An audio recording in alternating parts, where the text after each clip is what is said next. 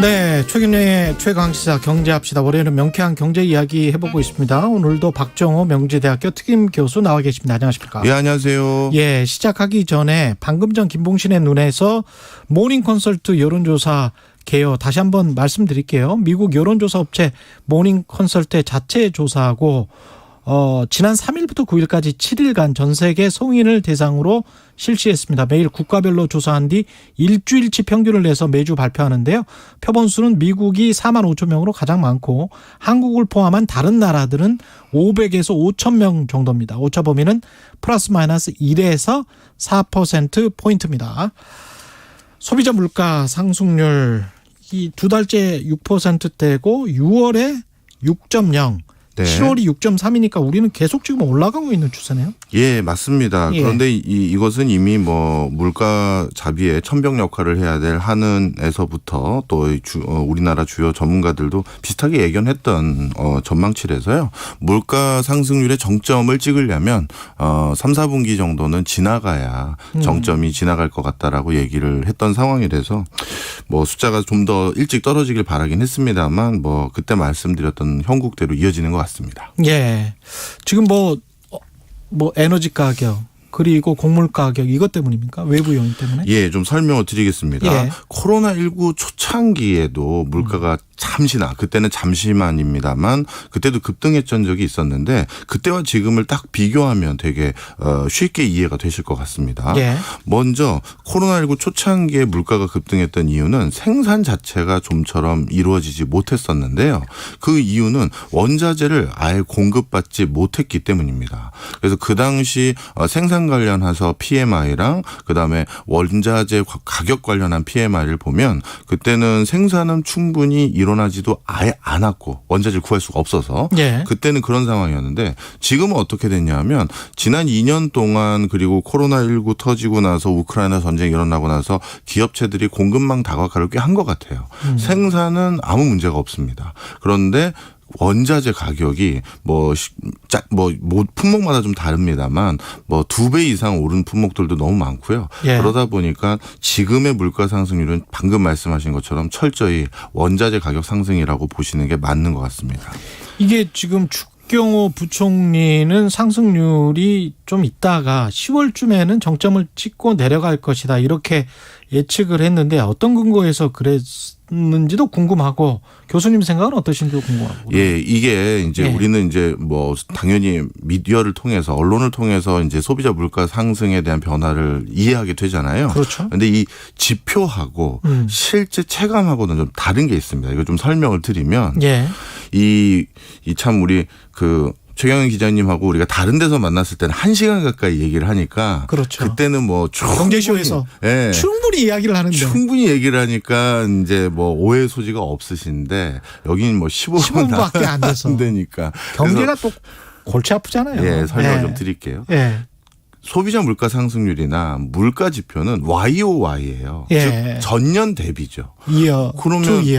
예. 그러면 작년 대비 올해는 물가가 엄청 급등했기 때문에 당연히 상승률이라는 것이 6%, 8%, 유럽 9% 이렇게 나오는 거죠. 그렇죠. 그런데 내년 같은 경우는 올해에서 똑같은 상승률을 보인다. 그건 말이 안 되는 거잖아요. 그러니까 2022년에 엄청 올랐기 때문에 기저효과 때문에 그 정도 그 배추가 2,000원, 3,000원씩 하는데 6,000원, 7,000원씩 갈 수는 없는 거 아니에요? 그렇죠. 예, 똑같이 50%씩 상승할 수는 없는 거잖아요. 그렇습니다. 예. 그러니까 일반적으로 물가 상승률이라는 숫자는 특별히 무슨 전쟁이 확산이 되거나 진짜 어마어마한 일들이 일어나지 않는 한 예. 올해보다는 내년이 낮아질 수밖에 없는 거죠. 그럴 수밖에 없네요. 그렇죠. 이거는 예. YOY로 그러니까 전년 대비로 짓게 그렇죠. 되는 거니까요. 예. 자, 그런데 서민이 느끼는 실제 현장의 물가는 어떻게 되는 거냐?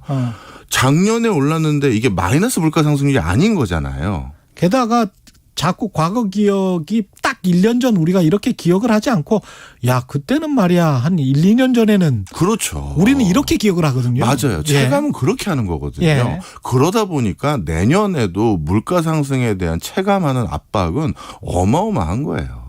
내년에도 마찬가지일 것이다. 예. 체감 물가 지수는. 그러니까 추경호 그 부총리 같은 경우는 경제 전문가시니까 예. 수치적인 것으로 당연히 말씀하실 수 있고 그다음에 기업들의 공급망 다각화 등을 통해서 해결한 부분도 같이 말씀하실 수는 있는데 그렇겠습니다. 이게 우리의 체감하는 거랑은 좀 차이는 있을 수 있다는 거고요. 예. 특히 저는 그렇다면 진짜 물가를 정부뿐만 아니라 우리나라뿐만이 아닙니다. 다른 예. 나라도 마찬가지긴 한데 물가가 잡혀가고 있느냐를 판단하는 여러 가지 근거가 있는데 그중에 하나가 소비자 물가 상승률에 직계하는 품목들 있잖아요. 예. 그 품목들 중에서 몇 개 품목이 물가 상승이 올라가고 있는지 아니면 잡히고 있는지 이걸 보면 되는데 통상적으로 공산품 같은 경우 687개를 집계 조사 대상으로 하는데 지금 절반 이상이 5% 이상 계속 오르고 있어요. 공산품도? 네.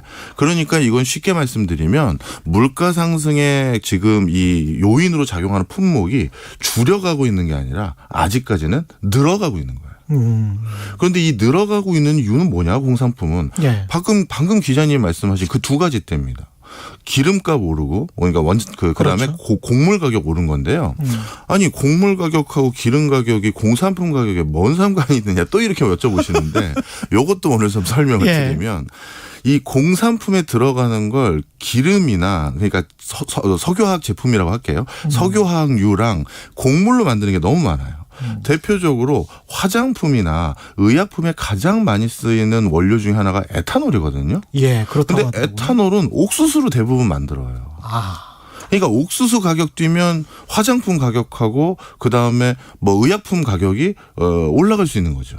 그렇습니다. 네. 예. 그다음에 우리 지금 뭐 또 이제 하나 말씀드리면 비료 있지 않습니까? 비료 같은 경우도 이미 지금 무슨 그 기름값 떨어졌는데요. 근데 비료를 많이 투여해야 될 시점 다 지나버렸잖아요. 그렇죠. 네. 예. 그때는 석유 가격이 고공행진을 했었을 텐데 그리고 지금 하반기 이제 계절적으로 겨울철에 재배하는 지역들도 있지 않겠습니까? 그렇죠. 남반부나 예.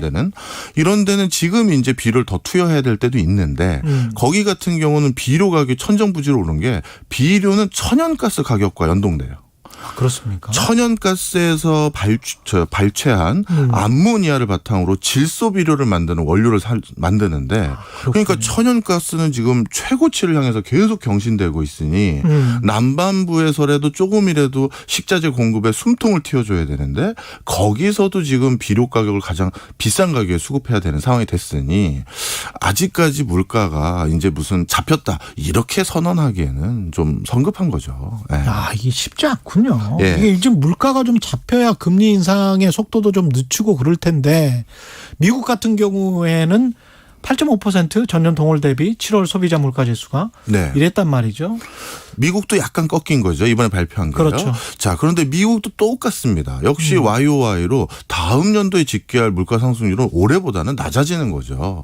그런데 모든 국가의 중앙은행에서는 물가 상승률을 2%대로 유지하겠다는 게 목표치를 잡고 있잖아요. 그렇습니다. 통상적으로. 예. 그러다 보니까 2%라는 목표치에 따르면 예를 들어서 6%까지 내려왔다 하더라도 미국이 아직까지 3배 수준인 거고 4%대 와도 2배 수준 이상이 되는 건데 미국도 내년 연말 즈음이나 뭔가 통상적으로 물가를 잡는 수준까지 왔다라는 표현을 할 것 같아요. 내년 연말이나? 내년 연말이요. 네. 그러면은 계속 금리를 높인다? 그럴 가능성이 있죠. 지금같이 뭐 자이언티 스텝이니 빅 스텝이니 이렇게까지는 안 하지만 어느 정도 금리 인상 기조를 계속해서 올릴 가능성은 충분히 있어 보이고요. 예. 특히 물가 같은 경우는 제가 배웠던 제 지도 교수님들에게 비유적으로 뭐라고 들었냐면 예. 산불과 같은 거다. 잡은 듯 하지만 다시 타오르는 게 물가다라는 잔불 표현을 정리가 했었어요. 굉장히 중요하군요. 네, 그렇죠. 예. 그러다 보니까 이거는 상당 부분 완전히 잡았다라는 시그널을 받기 전까지는 금리를 올릴 것 같고요. 그다음에 지금 중요한 얘기 하셨어요. 지금 전 세계적으로 중앙은행들이 금리를 올리는 가장 큰 이유는 미국이 금리를 올리기 때문에 어쩔 수 없이 금리를 올리는 거란 말이에요. 그렇죠. 많은 국가가 금리 올릴 상황이 아닌 국가들도 꽤 있음에도 불구하고요. 그렇죠. 자, 그러면 미국이 금리를 올려서 이렇게 강달러 기조를 만든다라는 것은 이게 환율에서도 또 불안정한 요인이 만들어지는 거죠. 경우에 따라서는 우리나라가 우리나라가 그거에 준하는 쫓아서 금리를 못 올릴 상황이 전개될 수도 있으니까요. 그럼 이 강달러 기조라는 것도 또다시 물가 상승의 압박 요인으로 작용할 수 있는 불안 요인이기 때문에 지금 환율도 물가 상승의 압박 요인이 조금 더 많은 편이고 예. 그다음에 원자재 수급 불균형도 아직까지 좀처럼 해결될 국미가 안 보이고 더 악화되잖아요. 지금 러시아 우크라이나 전쟁은 장기화될 가능성이 높아 보이니까요. 그렇게 보입니다. 예, 바로 이런 것들 때문에 수치상에서 물가가 잡혔다고 해서 안심해서는 안 된다. 네. 그래서 그런지 미국 연준의 위원들 중에 뭐 미니애폴리스 쪽 그 연방 부총재였나요? 그분은 뭐 4점 몇 %까지 올려야 된다 이런 이야기 했었잖아요. 그래서 예. 아주 뭐 당황스러웠는데 그게 어떻게 보십니까? 말로 물가를 잡으려고 하는 그런 어떤 구두 개입이라고 보십니까? 아니면은 실제로 그런 생각을 지금 일부 위원들이 가지고 있는 건가요? 네, 일부 위원들이 가지고 계신 게 분명하고요. 예. 이거는 어떤 이유로든 간에 물가를 먼저 잡아야 된다라는 것에 대해서는 거의 컨센서스가 있는 것이기 때문에 빨리 잡지 않으면 만성적인 고물가 기조를 우려하는 분들은 이런 강한 발언들을 하시고요. 만성적인 고물가까지는 안 갈 것 같다라는 분들은 단계적으로 올리자는 수준이기 때문에 그 차이가 있습니다. 만약에 이게 만성적인 고물가가 되면 어떻게 되는 메커니즘이냐면요. 올해 많은 기업체들이 공무원도 마찬가지예요. 올해 공무원 인건비 상승률이 공무원은 물가 상승에 연동되지만 1년치만 가지고 하는 게 아니기 때문에 예. 평균 2, 3년치를 평균해서 하거든요. 그러니까 공무원분들 같은 경우도 올해 인건비 상승률이 지금 물가 상승률이 5, 6%가 넘어가는 수준에서 그거보다 못 미치는 거거든요. 그러면 내년, 내후년에 어떤 인건비 협상이 들어가냐면 공무원뿐만 아니라 다른 분야도요. 실질적으로 내가 작년에 연봉이 줄어들었다. 실질소득 감소로 이어지죠. 그렇죠. 예. 그러니 올해는 대폭 인상해달라. 그러면 다시 인건비가 대폭 인상되면 많은 회사들은 자신들이 제공하는 제품과 서비스의 가격을 또 올릴 수밖에 없는 상황이 되거든요. 그게 다시 물가 상승으로 이어지죠. 그렇죠. 예. 그러면 이게 만성적인 게 돼버리는 거예요. 그러면 2% 물가 상승률 목표치를 잡는다는 건 훨씬 더 장구한 시간이 걸릴 수가 있거든요. 그러다 보니 방금 말씀하셨던 그런 분들은 좀 더 과감해야 된다. 그래야지만 만성적인 기조를 최대한 줄일 수 있다라는 그런 견해입니다. 우리 같은 경우는 뭐 미국이 하는 걸 보면서 따라가야 될까요? 아니면 선제적으로 뭔가 대응을 하면서 팍팍 올려야 될까요? 우리나라 같은 경우는 예. 지금 예전에 예. 금리 역전 기조가 있었다고 해서 외환 자금이 많이 빠져나가고 그러지는 않았었습니다. 근데 이번에도 사실 그럴 것 같지는 않아요. 그렇죠. 예, 그럼에도 불구하고 분명 장기간 금리 역전 현상이 일어나는 것은 금융시장이나 그다음에 외환시장이 커다란 부담이 되기 때문에 그거는 좀 어느 정도 발맞춰야 된다고 생각이 들고요. 장기간이라는 게 한 1, 2년 정도는 참을 수 있다라는 거죠. 사실 저는 네. 요즘같이 자금 흐름이 원만해지는 상황은요. 과거의 1, 2년 같은 게 요즘은 분기 6개월 만에 자금 흐름이 대폭 나가버려요. 워낙 금융 시스템이 발달하다 보니까 돈이 이제는 옛날 같은 다르군요. 속도가 다른 거죠. 그래서 옛날의 장기간하고 지금 장기간은 속도가 좀 달라지는 걸 꼭 고려해야 된다고 보고요. 그러다 보니까 하는 입장에서도 이렇게 적어도 한 1분기나 2분기를 넘기지 않으려고 이렇게 많은 좀 금리 인상을 연달아 하는 분위기가 있고요. 그나마 우리나라에서뿐만 아니라 좀 다행으로 보이는 것이 우리나라와 중국은 비슷한 곳에서 원자재를 수급받는 부분이 많거든요. 왜냐하면 지정학적으로 비슷한 위치에 있으니까요. 그런데 중국이 최근 농산물 가격이 좀 급격히 떨어지고 있어요. 왜냐하면 농산물 가격이 아니라 수입량이 떨어지고 있어요. 워낙 사회적 봉쇄를 많이 하다 보니까 뭔가 소비가 줄어든 거죠.